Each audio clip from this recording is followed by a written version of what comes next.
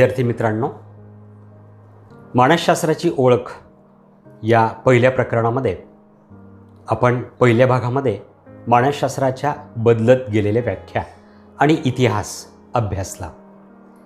या व्याख्यांमध्ये अगदी शेवटची आधुनिक व्याख्या जी आपण अभ्यासली त्यामध्ये मानव आणि मानवेतर प्राणी यांच्या वर्तनाचा आणि मानसिक क्रियांचा अभ्यास करणारे शास्त्र म्हणजे मानसशास्त्र होय.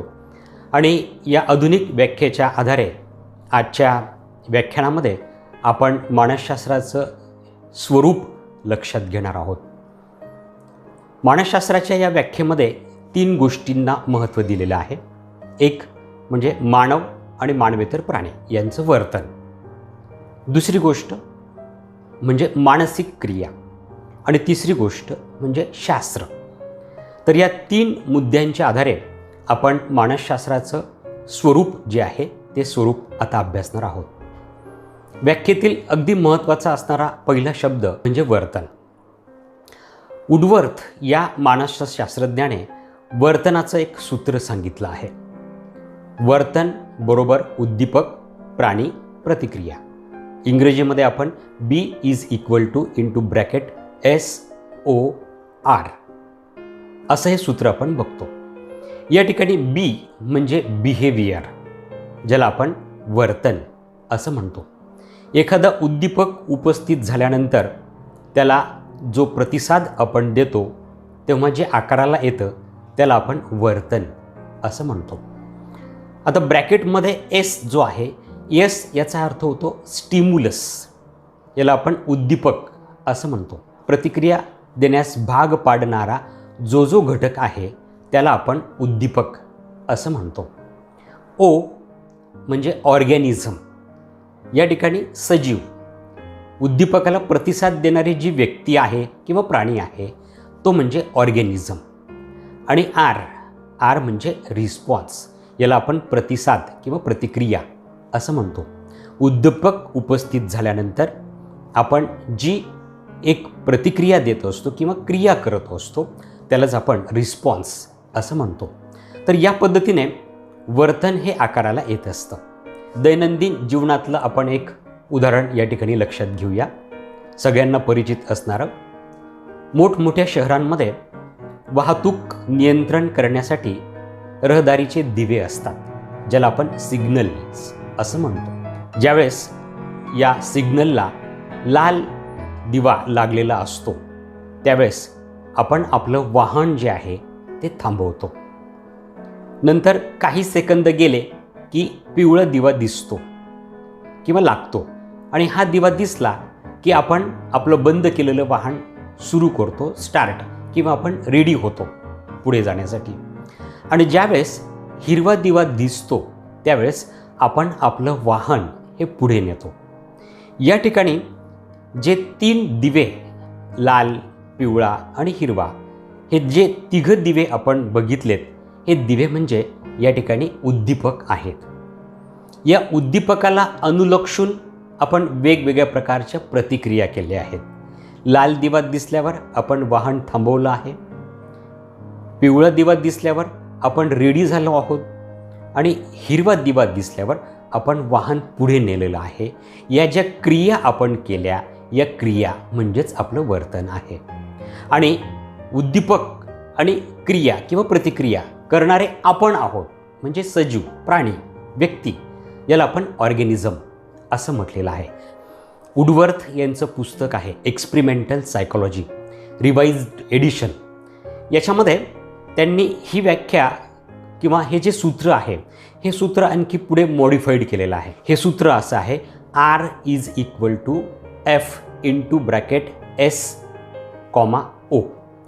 आता याचा अर्थ असा होतो, response is a function of stimulus and organism.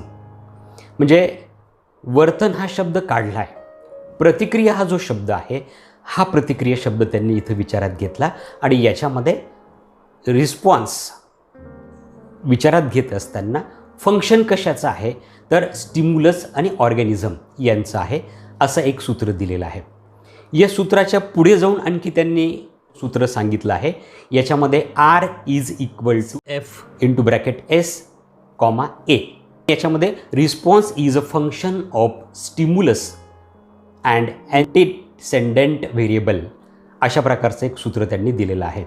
तर हे दोन सूत्र हे नवीन सूत्र म्हणून आपण लक्षात घ्यायला हरकत नाही अधिक माहितीसाठी. त्याचबरोबर कर्ट लेविन नावाचा जो मानसशास्त्रज्ञ आहे, ज्यांना आपण सामाजिक मानसशास्त्रज्ञ असं म्हणतो, यांनी सामाजिक वर्तनाबाबत एक सूत्र दिलेलं आहे. याच्यामध्ये देखील त्यांनी B is equal to F into bracket P comma E आणि याच्यामध्ये behaviour is the function of the person interacting within his environment अशा प्रकारचं सामाजिक वर्तनाच्या बाबतीतलं सूत्र त्यांनी दिलेलं आहे. आपण FYBAचे विद्यार्थी आहोत. आपल्याला B is equal two into bracket S comma O comma R हे जे सूत्र आहे हे लक्षात ठेवायचं आहे. हे 3 सूत्र मी आपल्याला अधिक माहितीसाठी या ठिकाणी सांगितलेले आहेत. आता मानसशास्त्राच्या स्वरूपामधला वर्तन हा घटक, पहिला घटक आपण अभ्यासतो आहोत. याच्यामध्ये वर्तनाला 3 पैलू किंवा अंगे असतात. आता हे 3 अंगे कोणते? तर वर्तनाला बोधनिक अंग, भावनिक अंग आणि क्रियात्मक अंग असे 3 अंग असतात. कोणतंही वर्तन जे आहे हे वर्तन या तिन्ही प्रकारच्या अंगाने कार्यान्वित झालेलं आपल्याला दिसतं. बोधनिक अंग म्हणजे काय? तर विचार, स्मरण, विस्मरण या ज्या गोष्टी आहेत या गोष्टी बोधनिक अंगामध्ये अंतर्भूत असतात. भावनिक अंग म्हणजे काय? आनंद, दुःख यासारख्या ज्या वेगवेगळ्या भावना आहेत या वेगवेगळ्या भावनांचा समावेश भावनिक अंगामध्ये होत असतो. आणि कारक अंग किंवा क्रियात्मक अंग म्हणजे काय? तर आपण ज्या वेगवेगळ्या सायकोमोटार ॲक्टिव्हिटीज करतो, शरीराच्या कारक हालचाली करतो, या कारक हालचालींचा समावेश क्रियात्मक वर्तन याच्यामध्ये होत असतो. एक साधं उदाहरण आपण या ठिकाणी बघूया.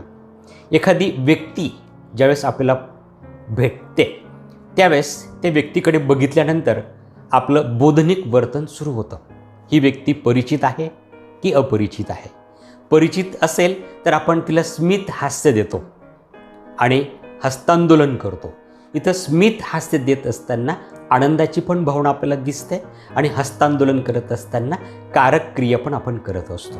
म्हणजे या वर्तनामध्ये बोधनिक, भावनिक आणि क्रियात्मक या तिन्ही प्रकारच्या गोष्टी घडत असताना आपण बघतो. आता हे झालं मानसशास्त्राच्या व्याख्येतील वर्तन हा पहिला घटक. दुसरा जो घटक आहे ज्याला आपण मेंटल प्रोसेस, मानसिक क्रिया असं म्हटलेलं आहे. विचार, स्मरण, विस्मरण, अवधान, वेदन, संवेदन या ज्या प्रेरणा, भावना या ज्या गोष्टी आहेत या सगळ्या आपण मानसिक क्रिया म्हणून अभ्यासत असतो. मानसिक क्रिया म्हणजे काय? तर मनाच्या पातळीवर सुरू असणाऱ्या ज्या क्रिया असतात या क्रियांना आपण मानसिक क्रिया असं म्हणत असतो. मानसिक क्रिया या प्रत्यक्ष दिसू शकत नाही, पण या क्रियांनी जे वर्तन आपण करत असतो त्या वर्तनावरून आपण ही व्यक्ती कोणत्या प्रकारची मानसिक क्रिया अनुभवत आहे हे लक्षात घेत असतो. म्हणून मानसशास्त्राच्या व्याख्येतील मानसिक क्रिया हा घटक देखील खूप महत्त्वाचा असा घटक आहे. आणि स्वरूपामधला तिसरा जो घटक आहे तो म्हणजे शास्त्र होय, ज्याला आपण सायन्स असं म्हणतो. याच्यामध्ये शास्त्राची व्याख्या करत असताना कोनंट या शास्त्रज्ञाने असं म्हटलं आहे की वस्तुस्थितीवर पारखलेले जे सत्य असतं त्याला आपण शास्त्र असं म्हणतो. मानसशास्त्र हे शास्त्र आहे. शास्त्रामध्ये कल्पना किंवा तार्किक गोष्टींना किंवा विचारांना थारा अजिबात नसतो. तर याच्यामध्ये प्रामुख्याने प्रयोग केले जात असतात आणि प्रयोगाच्या आधारे वेगवेगळ्या प्रकारचे निष्कर्ष जे आहेत ते निष्कर्ष प्रस्थापित केले जात असतात. आणि म्हणून मानसशास्त्र हे शास्त्राच्या दर्जामध्ये बसणारा विषय आहे. जसे नैसर्गिक शास्त्रांमध्ये प्रयोग होत असतात तसं मानसशास्त्रामध्ये देखील प्रयोग होत असतात आणि या प्रयोगांमध्ये नियंत्रण मिळून अचूक निष्कर्ष जे आहेत ते काढता येत असतात.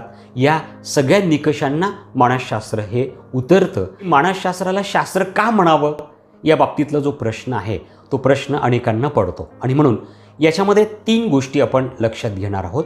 त्यातला सगळ्यात महत्त्वाचा मुद्दा असा की शास्त्र म्हटलं की त्याच्यामध्ये प्रयोग येत असतात.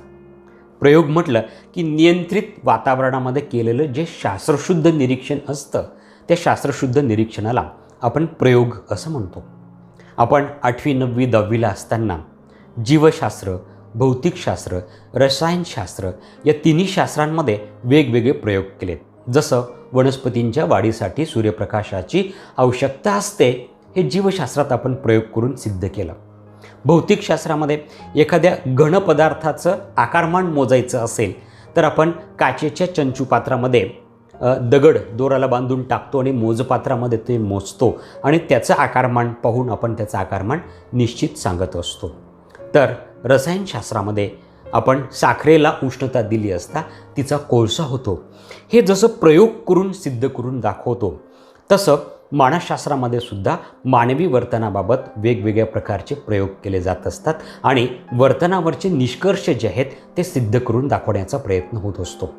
वास्तविक नैसर्गिक शास्त्रांमध्ये जे प्रयोग होतात त्याच्यामध्ये आपल्याला 100% अचूकता दिसते, पण मानसशास्त्रामधील जे प्रयोग आहेत त्याच्यामध्ये आपल्याला 100% अचूकता दाखवणं जरा अवघड असतं. याचं कारण असं आहे की मानवी वर्तन हे चंचल आहे. मानवी स्वभाव जो आहे हा चंचल आहे. सकाळी काय, दुपारी काय, संध्याकाळी काय, आपलं वर्तन जे आहे ते वर्तन हे बदलत असतं आणि म्हणून 100% निष्कर्ष दाखवणं हे जरा अवघड अशी गोष्ट आहे. नैसर्गिक शास्त्रामध्ये जसं आपण नियंत्रण मिळवतो तसं मानसशास्त्रातील प्रयोगांमध्ये सुद्धा आपण नियंत्रण प्रस्थापित करतो. ज्या गोष्टींना आपल्याला चल किंवा परिवर्तक म्हणून प्रत्यक्ष अभ्यासात आणायच्या आहेत त्याच गोष्टी आपण कार्यान्वित ठेवतो आणि बाकीच्या गोष्टींवर आपण नियंत्रण मिळवत असतो. म्हणून नियंत्रण ही पहिली गोष्ट शास्त्राची अट मानसशास्त्र पूर्ण करते. दुसरी गोष्ट वस्तुनिष्ठ आणि शास्त्रीय निरीक्षण. उद्दीपकाचे गुणधर्म जसे आहेत तसेच निरीक्षण करता येणं याला आपण वस्तुनिष्ठ निरीक्षण असं म्हणतो. वस्तुनिष्ठ निरीक्षणामध्ये सत्यता अधिक असते. या ठिकाणी आपण दीप्ती प्रभाव, हॅलो इफेक्ट किंवा पूर्वग्रह दूषित दृष्टिकोन ठेवत नाहीत. असं असेल तर ते निरीक्षण वस्तुनिष्ठ होऊ शकतं आणि म्हणून मानसशास्त्रीय प्रयोगांमध्ये वस्तुनिष्ठ निरीक्षण याला अधिक महत्त्व आहे. आणि तिसरी गोष्ट म्हणजे काटेकोर निष्कर्ष. मानसशास्त्रीय प्रयोग करत असताना जे निष्कर्ष आहेत ते निष्कर्ष काटेकोर येत असतात. बऱ्याचदा हे निष्कर्ष आपण प्रयोग पुन्हा पुन्हा करून प्रयोगाचा पडताळा पाहून निष्कर्ष किती काटेकोर आहेत हे प्रामुख्याने आपण बघत असतो. प्रत्येक वेळेस त्याच स्वरूपाच्या प्रतिक्रिया ज्यावेळेस प्राप्त होत असतात त्यावेळेस आपल्याला प्रयोगातली अचूकता जी आहे ती अचूकता प्रामुख्याने दिसते. तर या तिन्ही गोष्टींना मानसशास्त्र हे उतरतं. आणखी एक महत्त्वाची गोष्ट याच्यामध्ये अशी आहे की मानसशास्त्रामध्ये मानवी वर्तनाबरोबर प्राणी वर्तनाचा अभ्यास का केला जावा. मित्रांनो, मानवी वर्तनावर नियंत्रण मिळवणं थोडं अवघड आहे, पण प्राण्यांच्या बाबतीमध्ये वर्तन जे आहे ते बऱ्यापैकी नियंत्रित करता येऊ शकतं.